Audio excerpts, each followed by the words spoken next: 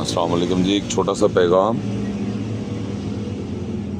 ये जो हम लंगर देते हैं, चाहे वो 11वीं शरीफ है, 12 रबीउल अव्वल है, या 10 मुहर्रम है, या 11वीं शरीफ है, या कोई चिलम है, या कोई दुआ है,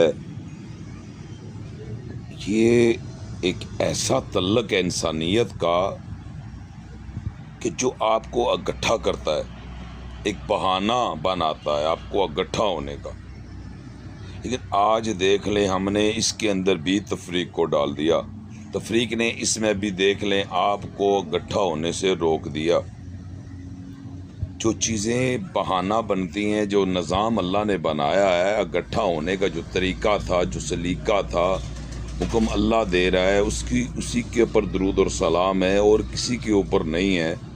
तो फिर हम किस चक्कर में पड़े हुए हैं? किस चीज़ की तस्दीक के लिए हम भाग दौड़ कर रहे हैं, ये किताबें खंगाल रहे हैं? सिर्फ नफ़रत के लिए, सिर्फ नफ़रत के लिए। आगे मैं एक वीडियो देख रहा था फेसबुक पे, तो वहाँ पे उससे पूछा गया कि रमज़ान शरीफ का महीना चल रहा है और 21 रमज़ान को किसकी शहादत है? तो उसको खालिद बिन वलीद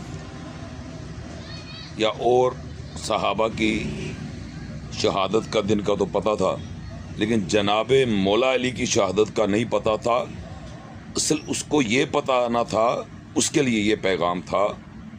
जो ये सोच रखते, ये उनके लिए पैगाम था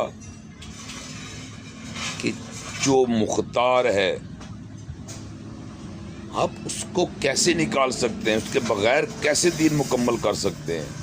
उनकी अज़मत के गुण गाए गए हैं, उन्हीं के लिए ये इल्म का शहर, इल्म का दरवाज़ा,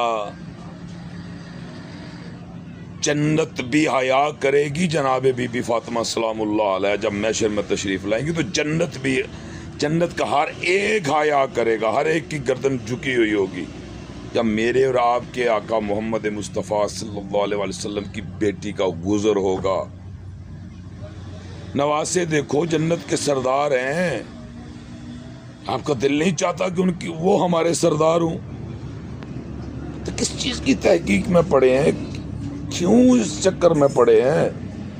उन्हीं के गुण गाने का कहा गया है, उन्हीं के जिक्र के लिए हुक्म हुआ है, उन्हीं के ऊपर दुरूद और सलाम पढ़ा जा रहा है।